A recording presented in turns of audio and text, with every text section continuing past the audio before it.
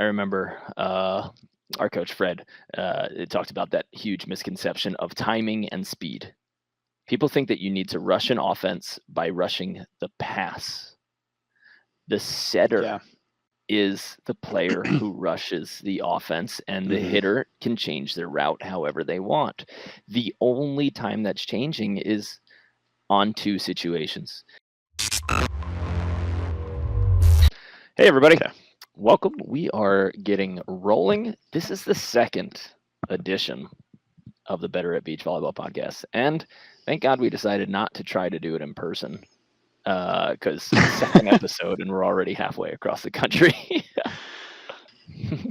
Okay, so our live viewers are rolling in by the thousands. And oh my today, gosh, so many. Yeah, there are. They're going to be here. And today, whether you're watching from Instagram, whether you guys are watching from Facebook or YouTube or LinkedIn, we're also streaming to LinkedIn and Twitch. Whatever account you're on, welcome. Happy holiday season. Today, we're going to talk about a lot of defense, and specifically, we are going to talk about how to dig more hard-driven balls.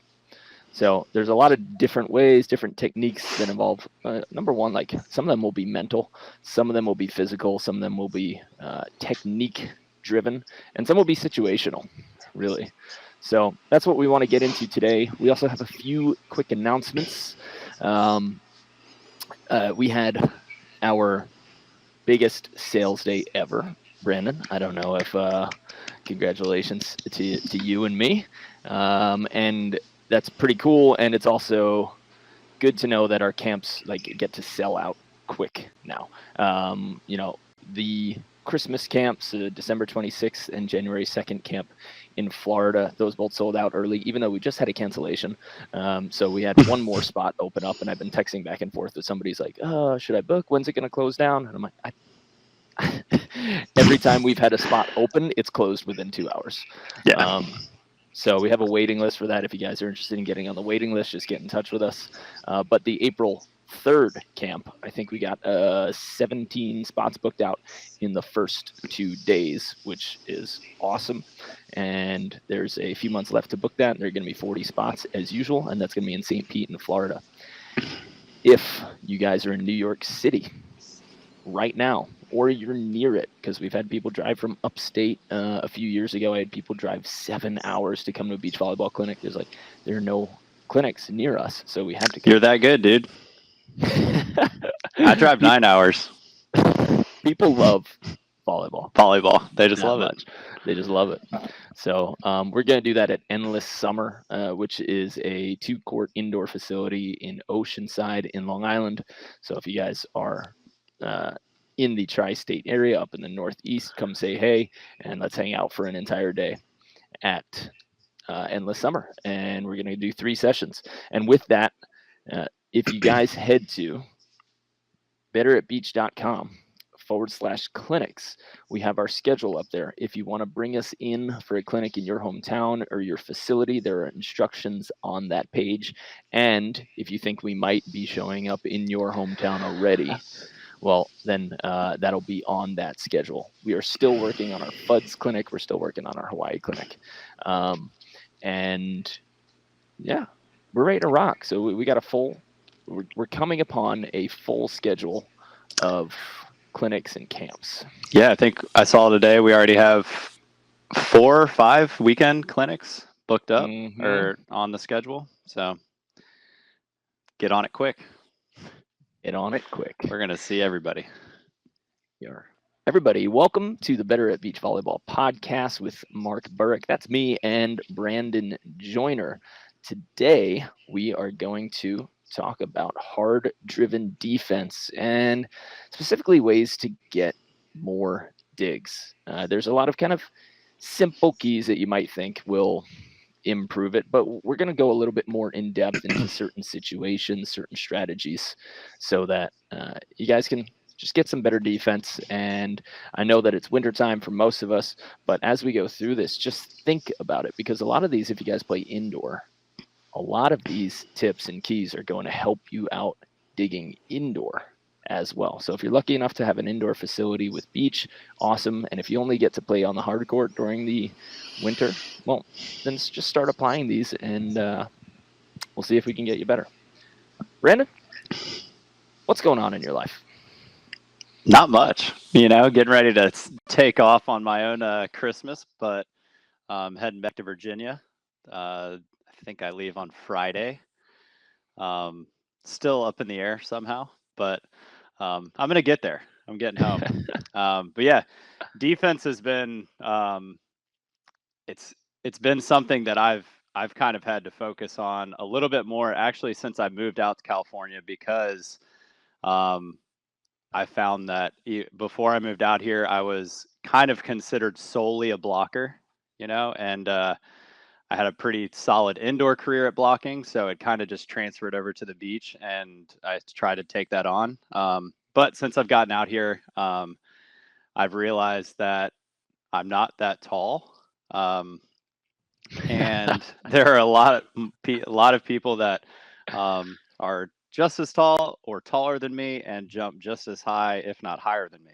So I've had to practice some of those defensive moves as well. It's been something that I've kind of been focusing on since I've moved out here, and I'm still learning a lot. But luckily, I get to hear you talk about a lot of stuff about digging, and it's great because I'm still learning myself. So Nice. yeah, I'm just excited to keep learning and kind of share what I've kind of focused on since I've started, since it's a little bit probably newer since you've been focusing on it for a while. So yeah, but you also played setter in college and professionally overseas. So yeah. Standing down that line when the outsides can thunder their crossbody at you, you learn a lot about hard-driven defense just by sitting in that zone. I mean, that's a dangerous place to be with outsides coming in and hitting that crossbody down the line. So I think a lot of setters who reach the top level have to be great defenders. Yeah, especially thinking back to my indoor career. When an outside does have the ability to turn that ball down the line, it has made me a lot more comfortable in taking hard-driven attacks on the sand.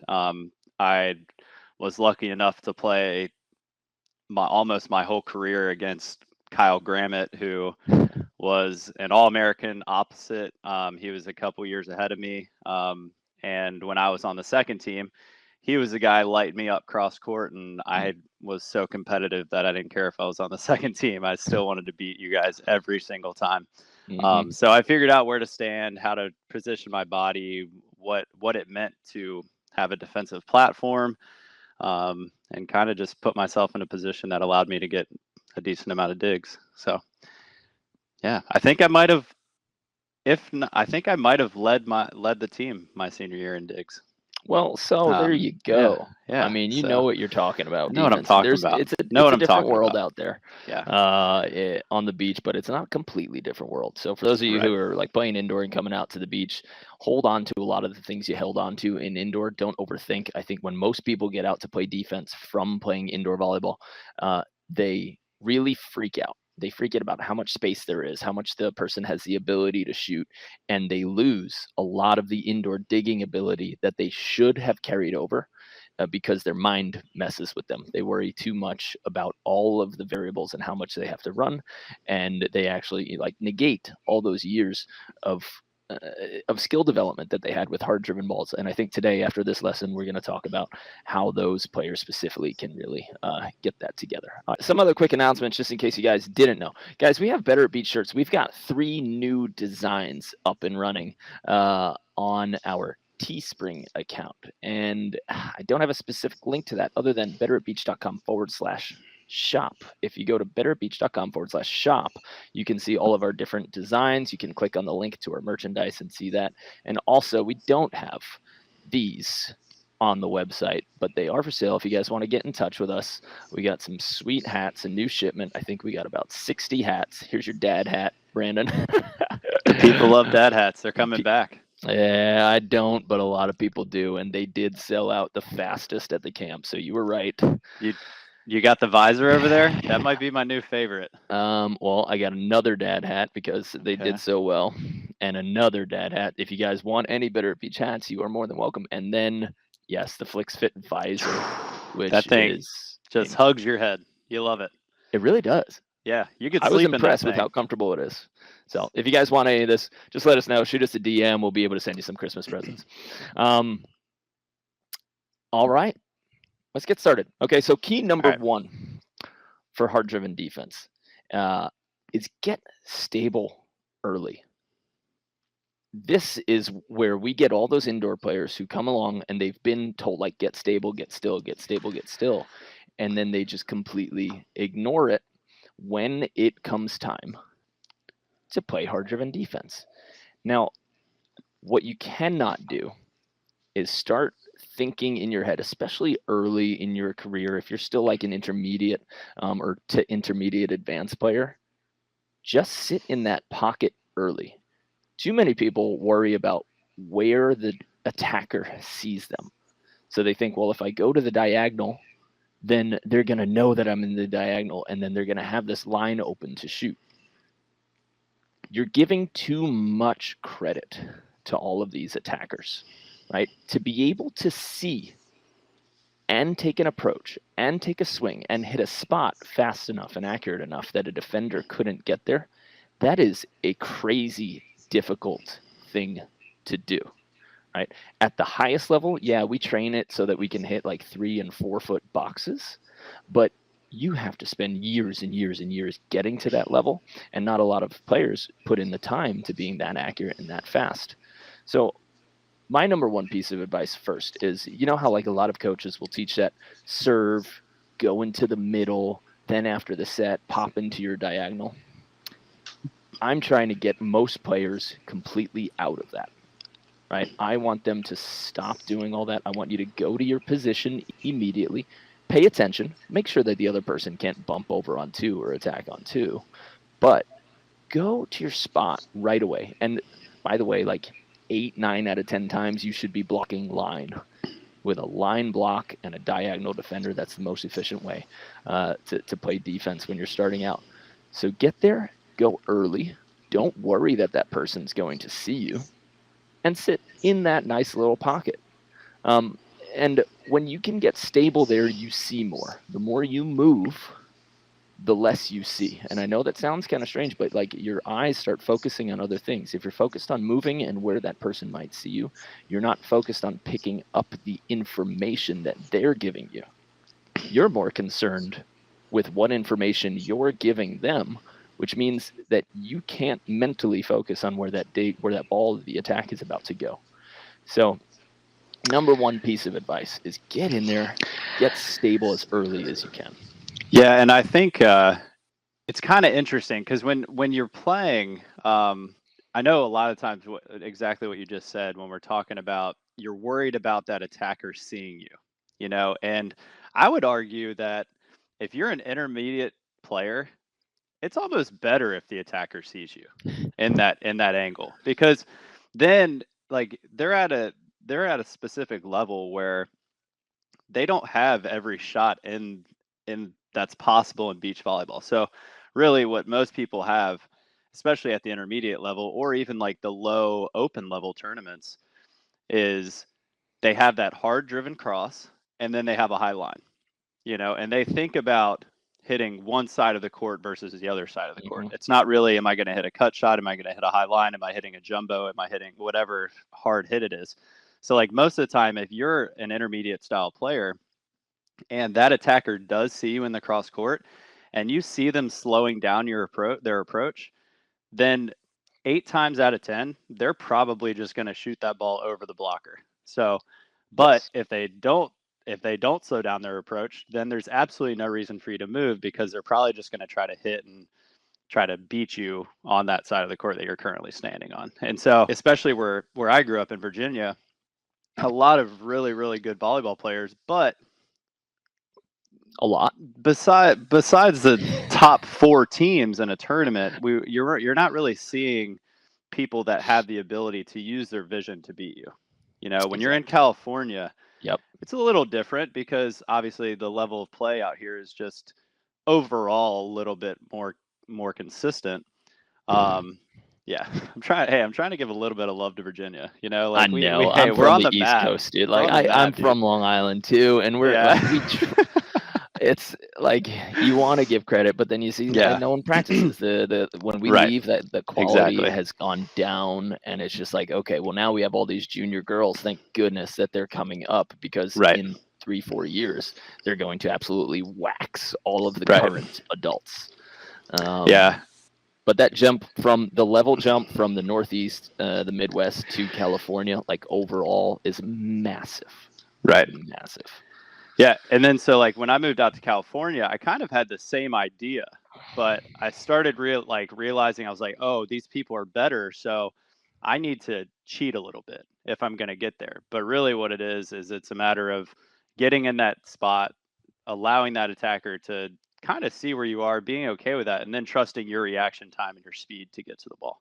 And as long as you have good footwork and you're not making a lot of negative steps, as long as that getting stable early and that setup is strong, it's going to be pretty important. Should help you out a lot. All right. So, yeah. Key number 2. I'll go into 2. I like it. Hands in front.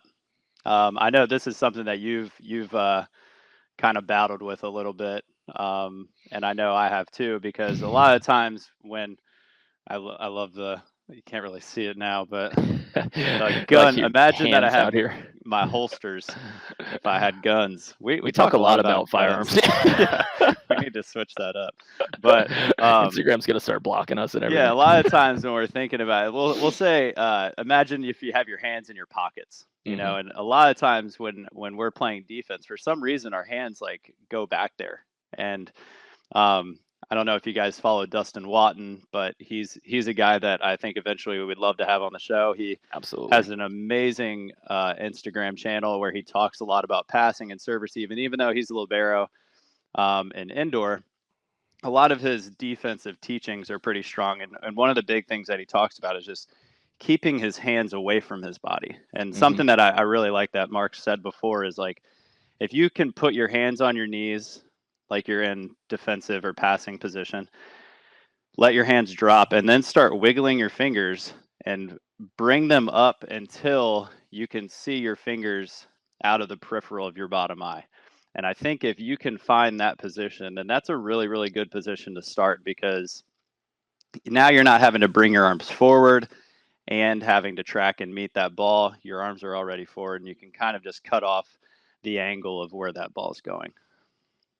Absolutely. You know, what I also think, and we're not going to go too much on this, but with your hands in front, once you're there and you're in that position, your body's basically prepared to dig, like as if you were blind, as if you're expecting, if you close your eyes and the ball bounced off of you, would it come up? You know, that's like a good hard-driven defense position to be in. If you just set your arms in that angle so that if anything coming towards you or coming down at you would go up back into that angle, great position to be in. But also framing the ball and understanding how deep the player is on the court, how high they can jump, how far they are away from the net, and how deep you are.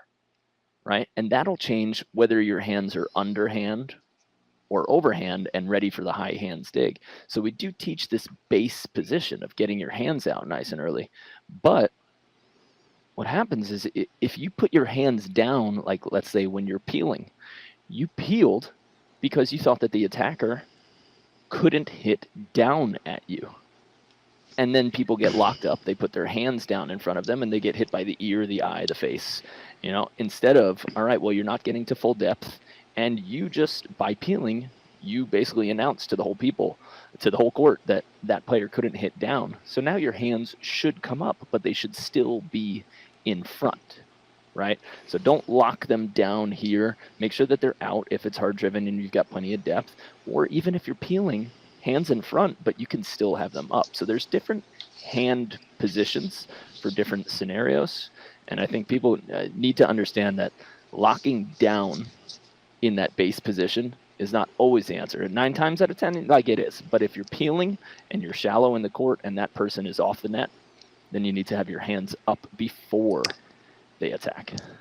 Yeah, and is that, I think, and I'm just going to ask you a question right now so you can kind of keep going with it, but is that something that you decide as you're peeling, or is that something you're deciding as that attacker's hitting? Yeah, unfortunately, like for me, it's instinct now. So those calculations happen kind of fast. But Right. what is my mind seeing that I'm calculating is it's understanding how far off that person is, because the further off they are, the only fast thing that can happen is going to be flat and around my head. Which is when So I would bring my hands up, yeah, right? Okay. if they're tight, some people can bounce, right? They can Mhm. absolutely bounce down. And if you're playing that type of athlete, then your hands need to be in front of you and up. Okay. If I know that I'm in a position where I don't have time to get full depth on defense, so let's say I peeled really late, well, then I'm only in half court, and no matter who is hitting at me, the only thing that's going to happen fast is going to be at my face. So, I'm taking into account what type of athlete I'm playing against, um, how deep they are, and how deep I am, and you start to get a feel for, all right, well, if you haven't really crossed half court on defense, then your hands should be up high, Mhm. unless somebody's 50-50 and they're about to go Thunderdome, right? Right. But that's we're talking like AVP and open level. That's when I would use that. If somebody's super tight, but I'm playing against like a B and A player at a camp or something, I know they're probably not going to bring that much heat inside the front half of the court, so I can be a little bit looser with my hand position. Gotcha. Yeah, and I think this conversation, I didn't realize it when I was asking, but it kind of takes us into our third kind of idea, which is finding the impact window of the attacker. So like that's one thing when we're talking about pulling or staying up and blocking. Obviously, that's an impact window kind of conversation. But do you want to dive a little bit deeper into the impact window of when you're digging and what that kind of means? Yeah, absolutely. So key number 3 for better defense is the impact window. And what do we mean by the impact window is, of course, finding that little square. And I actually learned this from Nick Lucena on one of his podcasts, on the Sandcast podcast. He talked about finding that window where the player is about to strike the ball. A lot of coaches and advice about defense talks about like looking at the shoulder. And that, we talked about that on Monday, but that never really made sense to me, because this doesn't give you any hints as to where the ball is going to go. So looking at the hitting shoulder never made sense. If you're looking at the entire arm, okay, well, now you can start to notice things, but then like your visual sequence is on a forearm and an elbow, instead of picking up the exact place on the ball that that person is about to hit. So now, I have a visual sequence change. So I look at the speed of the attacker. I look at if the ball is going to land on their hitting arm or their non-hitting arm, if it's going to put them in trouble. I look to see if they're about to like come under and pick up their chest because they're too early, because then they're not going to be able to hit very steep if they come in early and then they have to lean back to hit.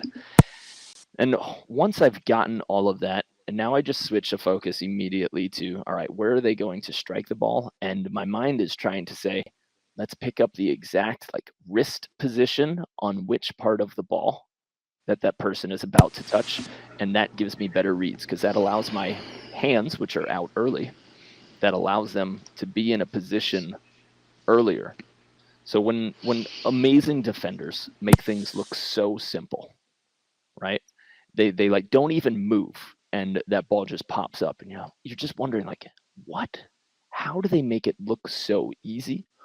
All of this is anticipation. It's not reaction. It's seeing what's about to happen before it happens, and that's what makes it look easy. And a big part of that is where you're looking, right? And that's how you're going to pick up that hitting window, is making sure that you see how that hand is contacting the ball. Then you're going to put your hands and your body in the right position. You're going to be leaning in the right position. You can't always pick it up against amazing players. And early in your career, you're going to struggle what certain body positions mean. But the earlier you start trying to learn it, the faster you can pick it up in your career. And I think people need to appreciate that as well. That when you start something, you're going to get better at it sooner. But if you never start trying to pick up that information, even though it might look like gibberish first, right, then you're never going to get it. But try to interpret that information. It's like learning a new language. Try to speak Spanish. Try to put your Netflix into Spanish and just use like US subtitles, right? You're going to learn this a lot faster in that way. Yeah, for real. And that's it. So impact window is huge. It's made a big difference for my defense, and I think it'll make a big difference for a lot of people out there. Whenever we're thinking about the impact window, I think a lot of people, they don't really know what to look for, and they just think, oh, it's my responsibility to stand over here. But when you're talking about somebody's momentum of whether it's bringing them inside the court or outside the court, especially when we're thinking about lower level players, like any pretty much open, intermediate, double B, B, whatever, that momentum is going to tell you a lot, and that'll help you kind of get into that special location. So I like that a lot. And then the next one is change your depth. And I think when I think about change your depth, and Mark, I think you and I might think about this in a little bit of a different way, but I'm going to explain my idea between this, and then you can kind of take yours. For me, changing your depth, I found myself trying to hide so much that I was never really in a great spot to make a play, And so I realized, like, all right, forget about all this tricky stuff. Don't worry about trying to make them hit a shot to score a point. Put yourself in a position where I call it the danger zone. And the main reason I do that is kind of going back to my indoor days, and I was always in the danger zone. If somebody was gonna get hit in the face, it was probably gonna be me. When I was playing defense and an outside hitter just turned the ball down the line. But eventually you kind of get used to that. And I think something that happens a lot with players is they put themselves in a position where they can only dig with their platform, or they can only dig with their hands, and they don't let it become a reactionary play. They just kind of hope that an attacker gets hit at them. Or hits the ball at them. So I know with me, when I'm thinking about changing the depth, the first thing that I had to do was kind of go back to where the getting stable early was, but I wanted to make sure that I'm doing that in the right location, where kind of if I get hit anywhere on my body, that ball is going to land in the court. I think a lot of people will set up too far, too close to the sideline, or they'll be too deep. And like, if you think about that, if you get hit too high, then that ball might have been out of bounds. So I think just changing your depth and putting yourself a little bit more in that danger zone. If you're playing defense and an attacker is going up and hit a ball and your blocker is not in front of it, you should probably be a little worried. But that means you're in the right spot. If you're not worried and that attacker is getting ready to tee off on a ball, then more than likely your depth is an issue. I like it. Part of my lesson comes from almost the opposite, but we'll meet in the middle. Like usual, like when players go, we can have two players on the exact same court and we can tell them completely opposite things, right? For me, I got so used to being in that libero position when a 7-footer was hitting on me, like at the 10-foot line. They're just hitting, boom, straight down. And I said, like, okay, I have to cover that. Now, anytime a guy was spiking in beach, I thought they had that ability to hit that far down, and I would put myself that close to the net, and I would cut off all of my own reaction time when, I got so used to, again, like people in middles just try to usually just bang straight down. That's what they do in indoor.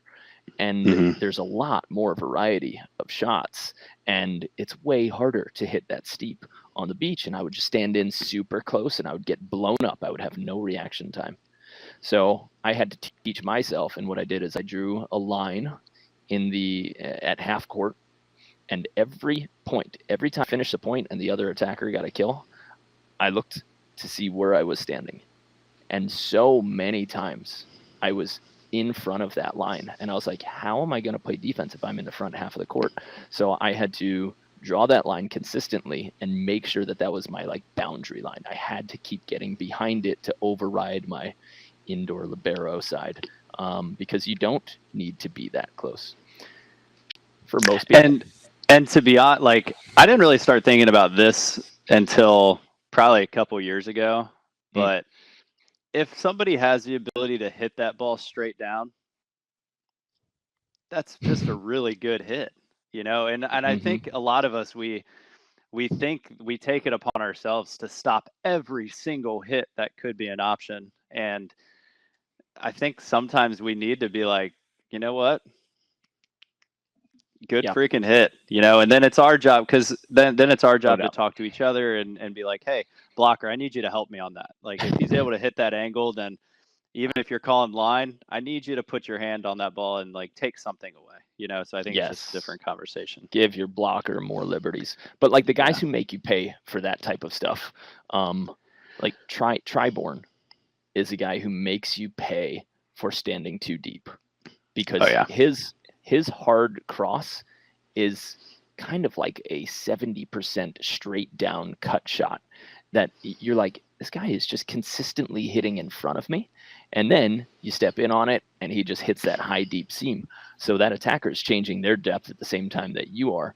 And, you know, one of the big wins that I had against Hayden and Theo in Chicago a while back was when I started playing with that depth against Theo. We were serving him all the time, and he had a couple different swings in a couple different scenarios, and I had to try to learn to adjust my depth for his type of set based on his tendencies. And Marciniak was like giving me good intel, and I ended up getting a lot of digs, and we pulled out that match because I couldn't stay in the same spot.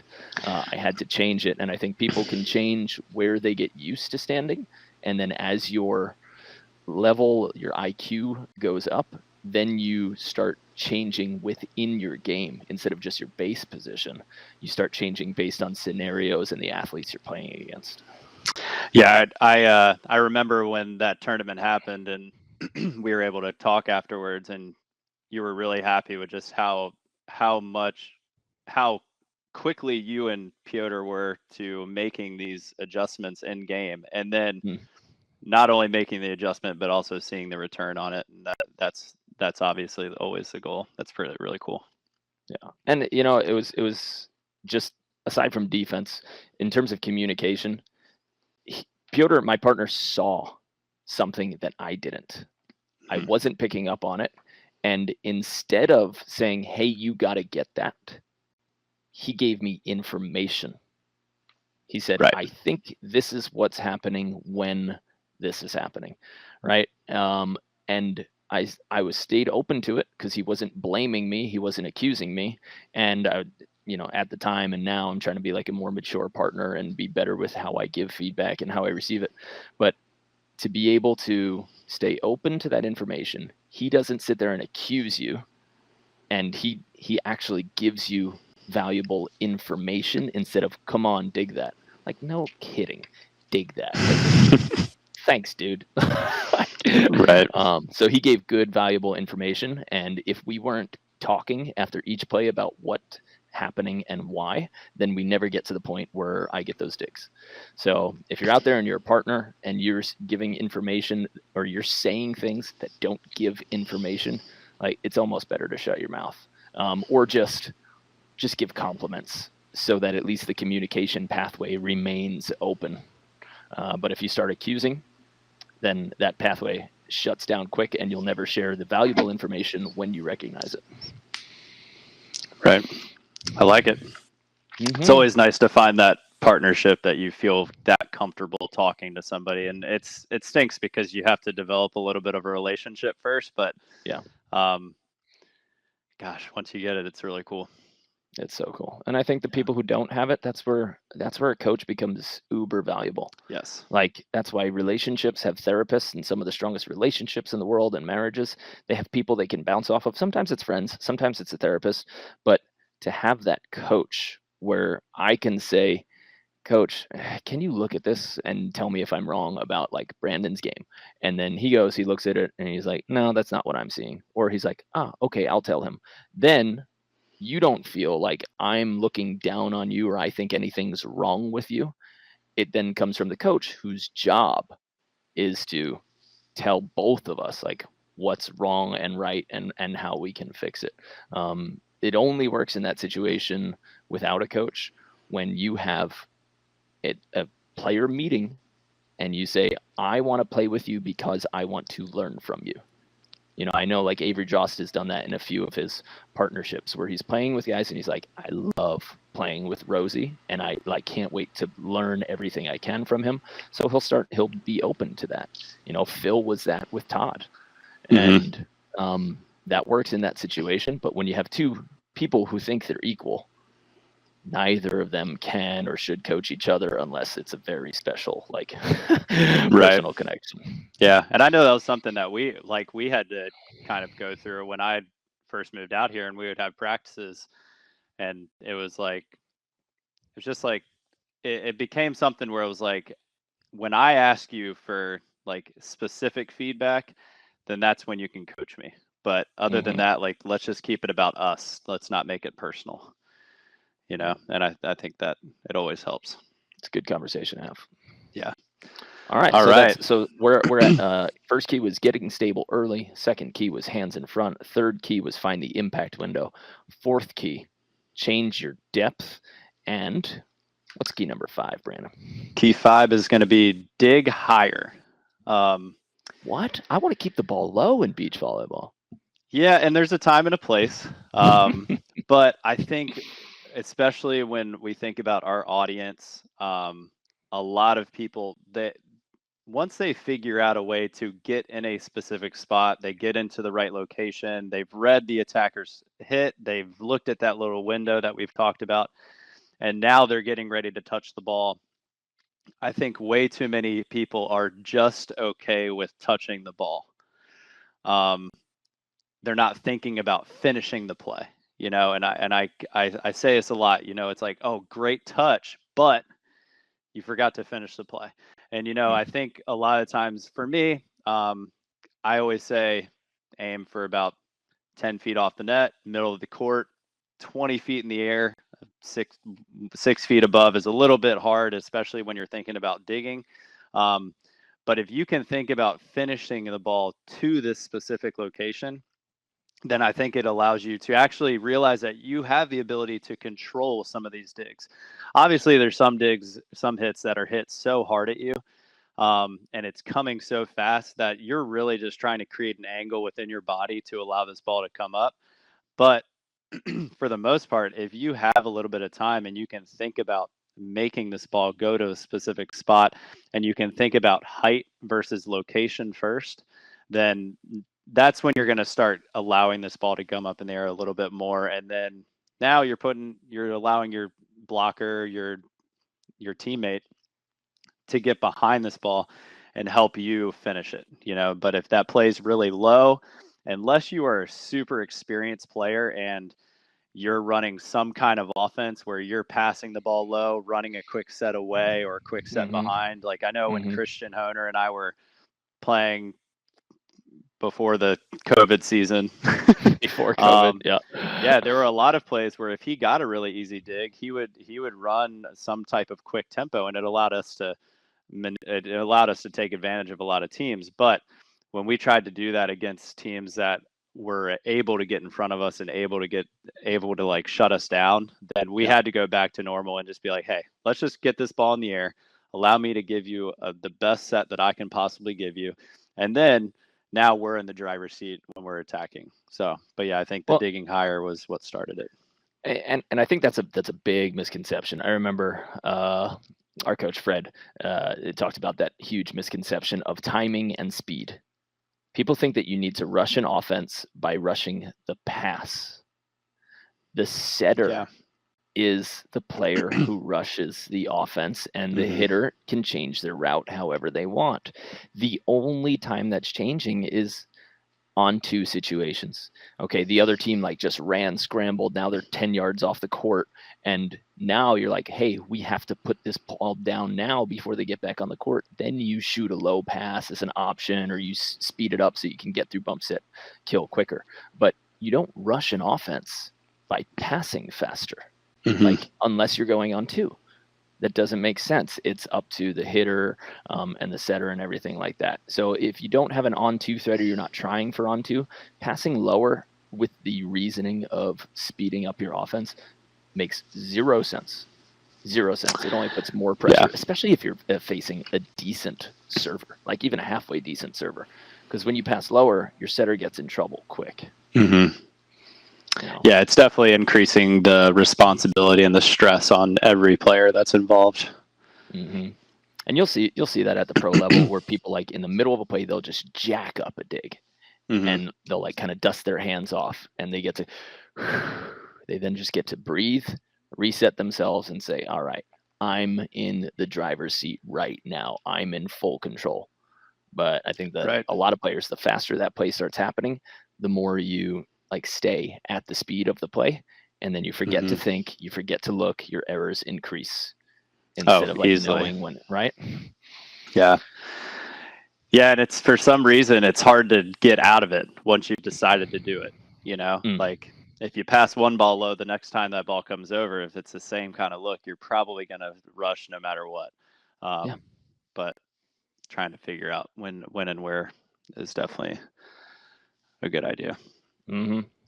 That's another hide and side story. Yeah, I faced him, like me and Hudson, and then me and Dentler faced him too many times in like a 2-year period, because he was always second. Yeah, and you can even see it with Hayden, who's probably one of the most accurate attackers that I've ever played against. Like I remember I practiced when I first moved out here. It was me and Ty Tremblay against him, and I think it was Kalinsky or Doherty. I can't remember who it was, but we tied in a drill, and then it was like, all right, we're going to go a side out round to each player, and whatever your combined score was after side outs, that team won. And Hayden went first, and we not only did Ty Tremblay is probably the best defender that I've ever played with as far as picking up shots. I think John Hayden went 21 balls without us even touching one of his attacks. And that was just so demoralizing. Dude, it was terrible. Like we went from this position where we're like, oh my gosh, like we can win this drill against like a top world tour team, to just being like, nah, he's still one of the best that's ever played this sport. But when he runs that quick offense, he doesn't have that accuracy anymore. He still scores just about as easily as he does in other situations, but he does lose a lot of his control. It more becomes like, oh, the blocker's not here, I'm just going to pat it real quick. But yeah, it's crazy if that can affect, not too much because he's still freaking amazing, but yeah, it's still crazy.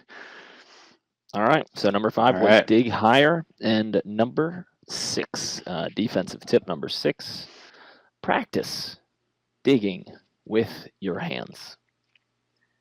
Now, I hope I catch some flack for this, but the difference in the quality of hand digging between the women my age and the men my age is too far.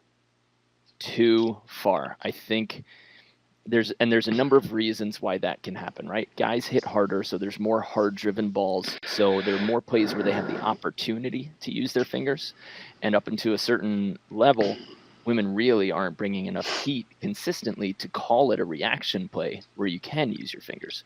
So, like, you have to be in the elite players on the women's side to be able to start, like, using your hands consistently.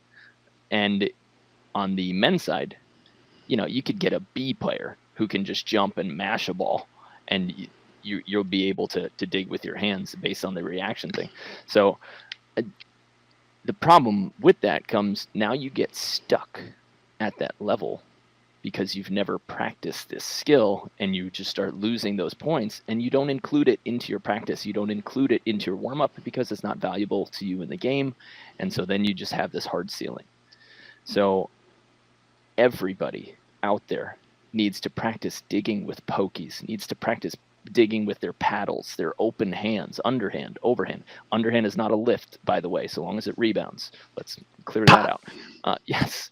Being able to tomahawk, okay, but that's a big problem because most people like to try to keep their fingers out of the way, and you need to be able to grab that ball with your fingers to play volleyball at the next level. And people just don't practice that. They pepper, and here's what happens. Every time you and me run a camp or a clinic and we tell people to pepper, everybody hits directly at each other's forearms, and they dig with the forearms for 10 minutes, and they could keep that ball alive as long as they want. Then you say, okay, everyone, overhand pepper. What does that mean? Hit at each other's face. The ball dies within 3 reps. Right? Like, people don't have the hand manipulation, which is shocking because these should be your most valuable tools. Your fingers and your hands have the most nerve endings in them, so they should be able to react better and faster than anything else. So, yeah, in order to get to that next level, practice just in your pepper. If you practice digging with your forearms, spend at least 33% of that time digging with your hands, tomahawks, slaps, pokies. We do a lot of speed pepper at our camps and clinics, but you have to practice with your hands so that you're ready to get to the next level. What do you think? Yeah, I don't know how anybody could even remotely argue that. You know, it's a skill that for some reason we don't work on, but like if you watch the indoor game where they're allowed to serve receive with their hands open, the best teams in the world are setting up their players so that 90% they can do this. So like if that's the case for indoor, which those balls are coming a lot quicker, like it doesn't make sense that we haven't started transit, especially in a coach's standpoint. You know, like I'm not even, there's going to be there's going to be situations where like you might not be able to teach even hand dig. Like if you're a 12-year-old, 13-year-old, 14-year-old girl, boy, then the power that's going to be coming from that might not be able to use an open hand dig. But as we get older, it's something that's coming to the game, and yeah, you're seeing those people who are willing to dig with their hands. It's almost becoming an easier point for them. So, yes, but we don't remember to incorporate it into our training, to get into a live game, a live match set. We forget that it's even an option now. So if you start doing it after this, and just, I mean, even if you are automatic, and even if you are a shorter, younger player, right, you're shorter. So that means that there will be more balls that cross your upper body when they're hit. So you have to have paddles, tomahawks, and slaps in order to do that, right? You need. Do you remember? Digging, so even the juniors, pop, pop, pop, pop. Do you remember the Huntington AVP? I can't. It was a year where it also involved the like international teams. Are you going to bring up the Lindquist sisters? The two little, I don't remember their names, but the two women that qualified, they beat, and they didn't block one single time. They're playing against some of the best teams in the world. And like, pretty much what happened is like these small girls, I don't know how old they were. But they couldn't have been, both of them couldn't have been taller than 5'8". And they literally were playing. They only stayed up at the net, which you and I talk about a lot, to be net protectors, and then they would pull off, and then they were just getting balls crushed at their face, outside their body, and just being able to dig with their hands, let them beat some of the best teams in the world that they had no chance of being against. But they were the only people on the court at that point that were willing to put themselves in that position. So it's crazy. I said the same thing. I was like, who are these two moms that are just Right. out here demoralizing people. And Yeah. like the girl who just went to the Olympics, Pavin, no, not Pavin, Hmm. Melissa, she was hitting at something. She like hit one ball out and hit one ball down and hit hard and then just got lipped. And I was like, what is going on? Who are these? And then somebody said those are Lindquist sisters because they had different names because they got married. Okay. And I was like, these girls were consistently getting top 10 finishes in the AVP like 10 years ago. And they Okay. were the only no blocking team. And they didn't play with anybody else. They're like the McKibbins, you know, Mhm. they stuck together. Um, Who are they? and Who are the McKibbins? No, just kidding. I think they're directors or something. Yeah. So you can play high level volleyball if you have great Yeah. defense. And the only way that they were able to take down literally Olympic players was because their overhand digging was fantastic and is fantastic. So, and you if you Yeah. want to just see examples of people who have great overhand digging, go watch the majority of the Brazilian female teams who will step up at half court and play defense with their hands right at their face. They take away the cut shot. They're closer to the other sideline because they've stepped up. So now they've taken away all the short high lines. Now the only other option is try to hit at my face, in which case my hands are ready, or try to hit that high deep line. But the Brazilian women are fantastic at high hands defense, and their defense I've noticed that. supports that. And you can let me know if this is the case, but I've also noticed that a little bit about Billy Allen. He seems to like really put himself into a good position where he's just batting balls away, and so I think he might be a good person to watch as well. I agree. I think he's one of those guys that does our, you know, our which key is it? Our fourth key really well. He knows when to step up and when to play deep and dig with his forearms. I think he's amazing at that. Yeah.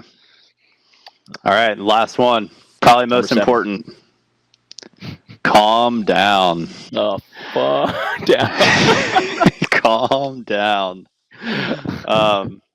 You know, I know with me, like I just get anxious, you know, and like especially when I know I'm gonna touch a ball, you know, and I just let my arms go too quickly. So I know with me, with calming down, it's letting that ball do a lot of the work for me. But I'll let you keep going with it. For me, it was always tension. Yeah. I would know that that person is about to do something hard and powerful. So my body's natural reaction is to tense with them, right? Instead of staying loose and reactable. That's not a word, I know. But staying loose and being able to move loose instead of like feeling that tension, the flex in your arms that locks everything in place.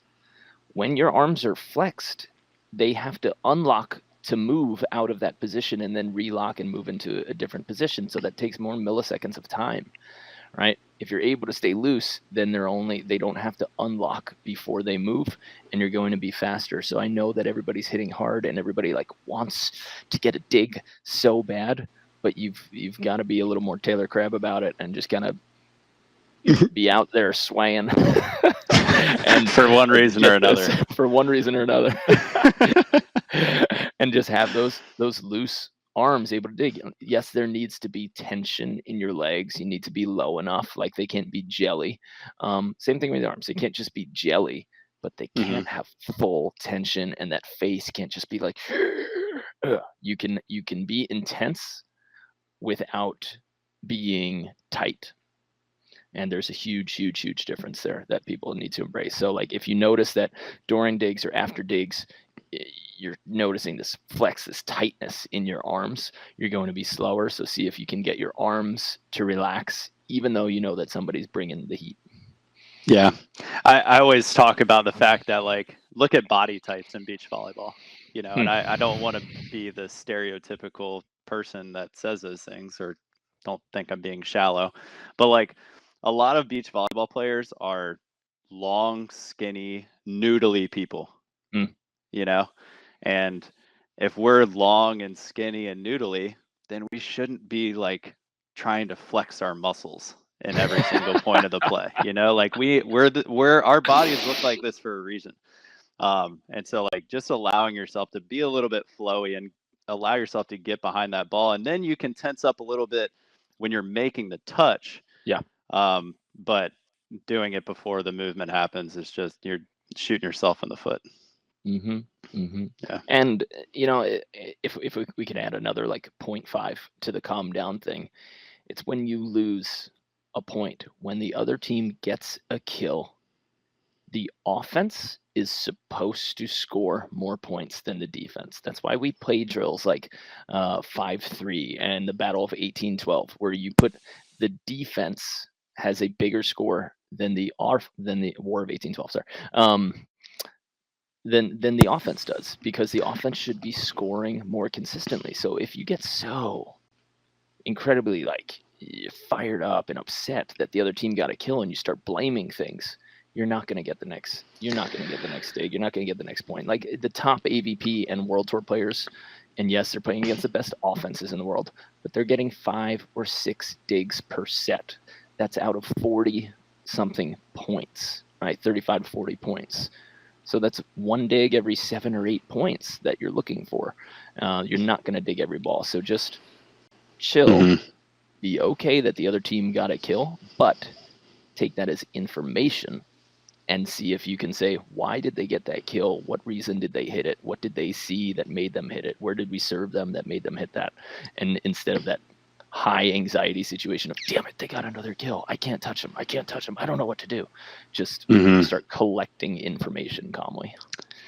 Yeah, especially because in the last 10 points, that's when you can use that information again. Yes. Oh, when I served them short to their sideline, last time I thought he was going to come in and hit hard cross, but he let that ball drop past his shoulder. He went line, and then you can take that information and you can kind of try to use it again later in the game to where now you can maybe win that point just by putting them into a situation that you remember them doing. I remember, I think it was Christian Sorum. He went on a podcast that I listened to. I think it was Sandcast, actually. He said something about the fact that he doesn't stress out about losing points within the first 15 points or something like that. I mean, it also helps when you're playing with the best blocker in the world and the best server, because then you're literally stand in the middle of the court and watch Andy block every ball. Yeah, you're probably up by 6 points after 15 points anyway. But the fact that he would it doesn't stress me out. He takes in all that information, and then you see those guys, and when they're at the end of the match, they always look like they're in control. And it doesn't matter if they're up by 5, it doesn't matter if they're down by 1, they still look like they're in control, which I think that's just them taking in information. Yeah. All right. So that's today's lesson for everybody. Number 1, get stable early. Number 2, get your hands in front of you. Number 3, find the impact window. Number 4, learn how to change your depth. Number 5, dig higher. Number 6, practice digging with your hands. And number 7, calm down. Good lesson today, Brandon. That was nice. Yeah, that was good. Thanks for having me on. Hey, man. My pleasure. And hey, thanks for joining. Yeah. Thanks for joining everybody out there. Brandon's got to head out, but I'm going to stick around for a little Q&A with our live audience. So if you're here live, let's get into that chat. Remember that I'm going to be chatting through Facebook and through YouTube. I can't respond to the chats on YouTube, but I can respond verbally to when you send in the comments on that video. So if you want to hang around, ask any questions, remember, again, we have a New York clinic coming up Long Island this Saturday, December 18th. We have our 2 camps coming up, but we have 1 spot left again because somebody canceled yesterday. They were sold out. I think it might have already gotten taken, but if you're interested, send us an email, support@betterbeach.com, and if it is still open, we'll get you in there. Cool. And if it's not open, April 3rd, book that right away. That's also in Florida. And if you want us to come and run any camps or clinics in your hometown, if you have a facility, a court, get in touch with us. Go to betteratbeach.com/clinics, and we will be there. And if you want some sweet swag for Christmas, hit me up for the hats, or go ahead to betterbeach.com/shop. Telling you guys, don't miss out on that visor. You can wear it all day long. You can sleep in it. You can train in it. You can go to work in it. It's office approved. Yep, and it doesn't abuse the follicles. So for those Right. of us who are follicularly disinclined, you can protect them. Yeah, but it also works if you're bald. Right. Yeah. Right. If you want to shine it up. People helping people. All right, All right, Brandon. Mark, I will have a good see day. you on Monday. Next Monday. Yep. Yeah. East Coast. Well, we'll be talking every day, but yeah. All right. See you guys. Later. Bye.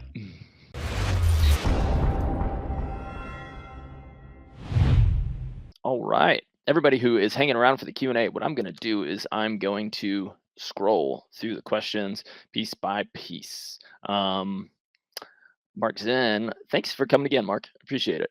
Tell the players to calm down. You like that information. What is the minimal information they should gather as they play? The minimal information that they should gather as they play. So one of the question that, like, when we look at defense, right, when we are not getting upset that the other team is scoring defensive or scoring offensive points, what we have to say is just count. So if you're a coach out there and you're trying to train your players how to play defense or how to become better defenders throughout the entire match, at some point during the match at like 10, 11, ask your players, how many cut shots has that person hit? How many hard crosses has that person hit? How many high lines? Now, as we move to like NCAA, and if they put coaches in the box for AVP, we don't necessarily need to do that as much. But if you want to train a player to be independent and think on their own and to be true like warriors and people who battle, the base stats that you need to know are how many times they hit a certain shot. Right? That's key number one, and then you can get into some different situations and everything. So if you are at 10, 11, the technical, and you don't know how many hard crosses, hard lines, cut shots, or high lines a certain player has, especially if it's the person you chose to serve, you need to start tracking stats during the game. Okay. Next question. Joe, I believe, asked where to find this to view later. Joe, it's going to be on our YouTube channel. It's streaming to Facebook, so you can check out our Better Beach Volleyball page. If you're not in our Facebook group, Volley Chat, Get Better at Beach Volleyball. It's a great place where people ask consistent questions and the community helps them. And we do a lot of our announcements through that. So it'll be on our YouTube channel and the podcast version. Once our team gets editing, then we'll have it up on a podcast. So, okay. Ian says, do you think digging and serve receive for indoor volleyball will help you for beach? Any adjustments you make going from one to the other in regards to passing? The only difference that I would like maybe make, Ian, is personally, you want to pass a little bit more outside your body line on the beach because that ball can float more and you can't use your hands there. When, like, for the men's game, a lot of guys during a float serve will step up to like 13 feet and they'll try to take the ball with their hands. You cannot do that in beach. So as far as digging and passing, technically, no, there should be no difference for how we pass with our forearms. And digging, you should always just try to dig high and towards the middle of the court for both. So there you have it. Pina colada. Is this Adina? Adina, is this you? Who's Pina colada? Do you have one-on-one coaching in January in California?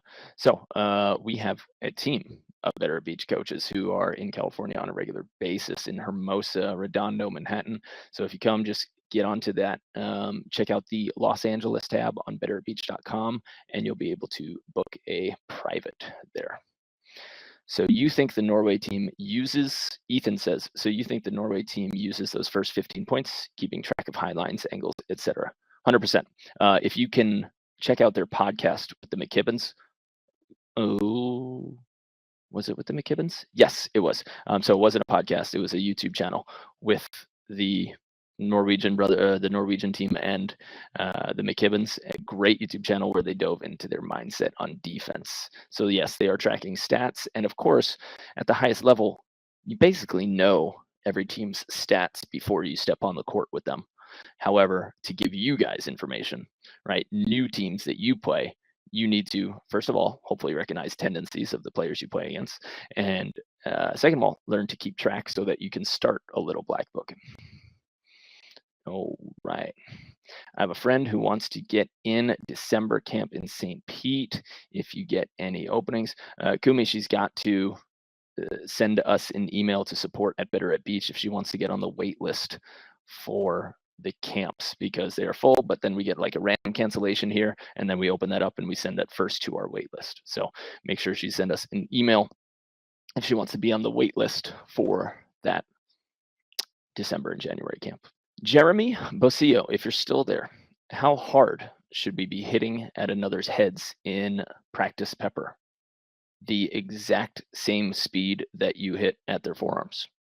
If you're practicing overhand pepper and learning to overhand dig, the other team is not going to hit less hard. They're not going to hit softer at your head than they do at your platform. So you have to be able to dig everything the same speed with forearms or hands. If you want to get them comfortable with it, like if it's their first time and you're afraid that they might jam their thumbs or they're a little bit scared, okay, then take some heat off. But you should eventually get to the point where you dig the exact same speed with your hands as you do with your platform. I'm going to scroll up through these questions. Thank you guys for getting involved. I really appreciate it. Thanks, Mateo. 50-50 Thunderdome, your next short beach volleyball documentary. I like that. So Mike Zadio, when we were talking about getting stable early, he said, "Are you anti-juke?" I'm not anti-juke, but I know who and what type of player I need to juke against. So for those of you who know, a juke is when the attacker gets his eyes onto the other side of the court, you show him one move as if you're moving to one side of the court or the other, and you can either return or you can return and then follow your juke. There's a number of fakes that you can do back there.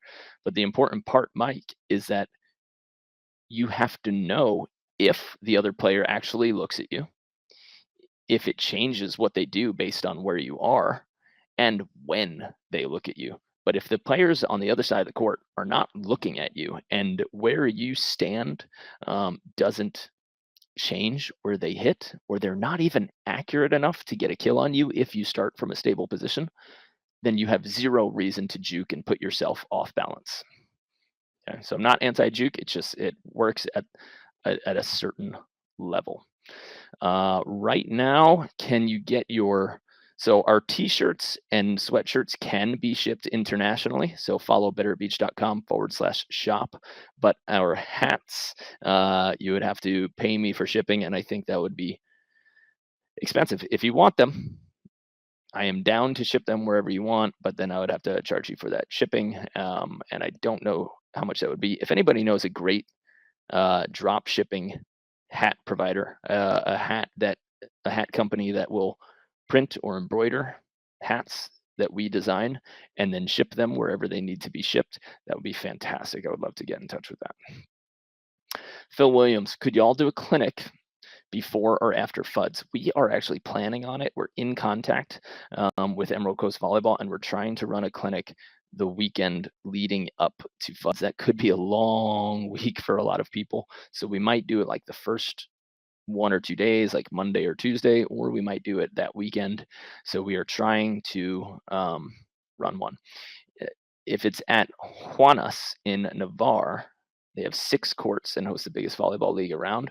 Phil, I would love if you get in touch with me. Make sure that you go to betterbeach.com/clinics and fill out that form, and I'll call you, and then we can talk about organizing that clinic. But if you think that we could fill it up, whether it's at FUDs or at Juanas in Navarre, then we would love to do it. And we are holding on to that weekend so we can do a Florida specific clinic.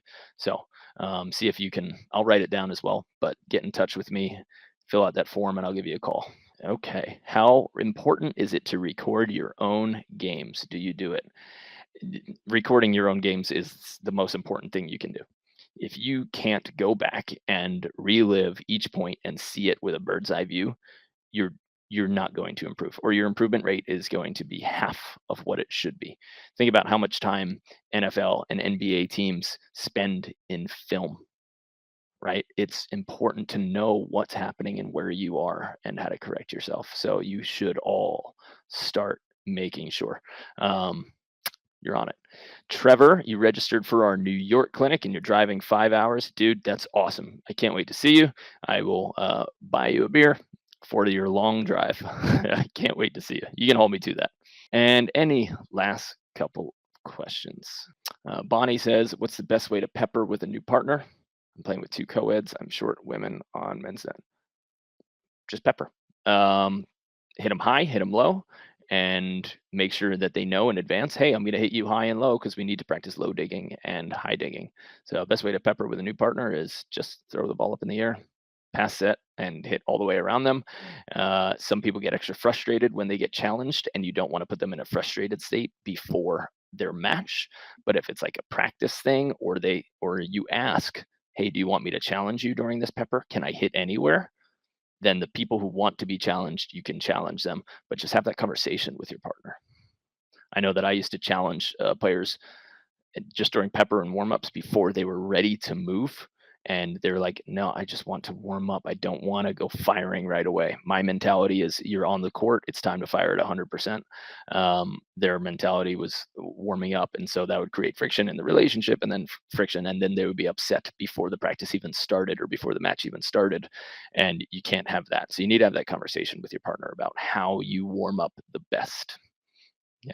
Do you have any tips on how to stay calm and loose in defense? Sebastian, just go back to the front. So Sebastian Shibao, go back to the beginning of this video, and we had a big thing on being able to be calm and being able to get stable early. So if you just go back to the beginning of this video, you'll be fine.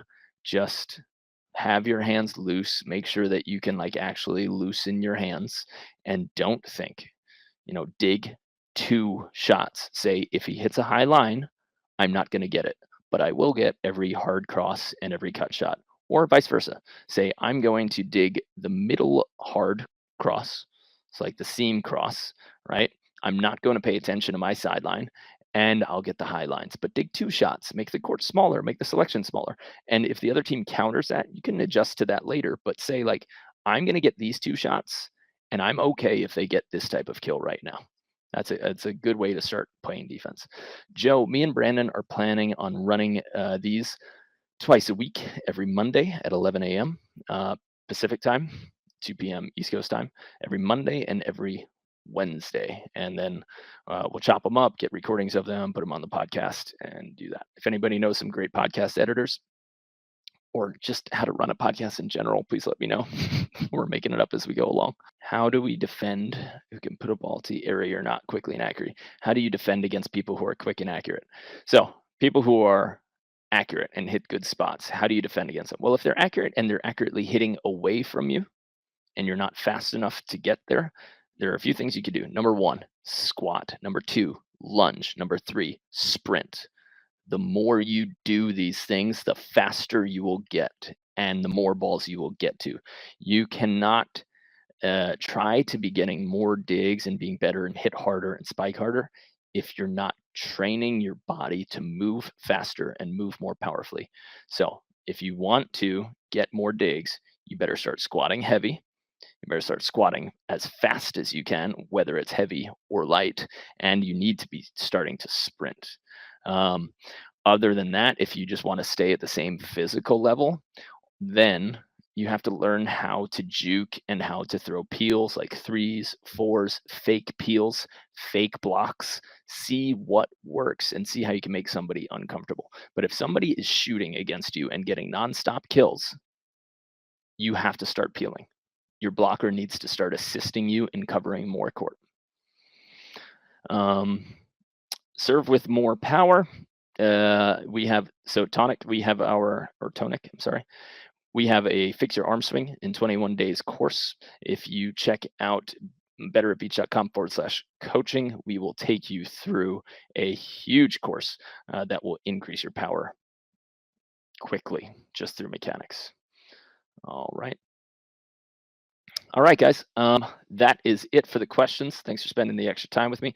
I hope you guys like this. Guys, please comment on this or share it wherever you are. If you could share it to a volleyball group, you think there was good value in it, let me know. Remember that all of these topics, when we pick a topic, we choose it from Volley Chat Get Better at Beach Volleyball, the Facebook group. So we look at that. We say, what are people talking about most? What questions had the most involvement? And then we put that onto our Excel sheet and we say, okay, that's when we're going to talk about that. We're going to answer those questions. So I'd love to hear your thoughts. I'd love to hear your commentary on what we're doing. If you want a free drill book, just go to betteratbeach.com. On the home page, we give you our free drill book, 36 essential drills for beach volleyball. That'll put you on our email list where we will send you our blogs, our videos on a regular basis. After the first week or so, you're going to get one email every week with a new blog and video, and we'll give you these announcements if you want us to send you the announcements. We'll give the announcements for when we are going live. And of course, you'll get first opportunity to book camps, to book clinics, and everything like that. Final announcements for me. So you got your free 36 drill books, 36 essential drills for beach volleyball. We have our training camp in Florida coming up April 3rd.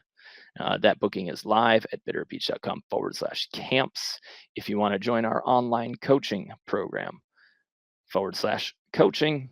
And if you want us to run a clinic in your hometown or at your facility, betterbeach.com/clinics.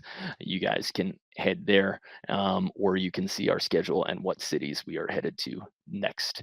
Currently, we are in New York. I'm in New York, and I'm running a training on Saturday. 3 sessions, 2.5 hours each, and that will be in Oceanside in Long Island at Endless Summer. If you're around, I'll see you there. And if you're in the area and you haven't yet, please go ahead and share that information. It helps us in a big way and helps us keep doing what we want to do. If you need some Christmas gear, go ahead to betterbeach.com/shop and you can see our selection of shirts once you click on the apparel tab there. Thank you guys again for attending so much. It's so cool to see how many people are here and watching and staying through it. So it's really cool to get to interact with you guys in a different way. And I hope you guys like it. Send me feedback, send me commentary. Let me know how we can make it better for you. All right. With that, signing off. Toodaloo. That's not a great sign off.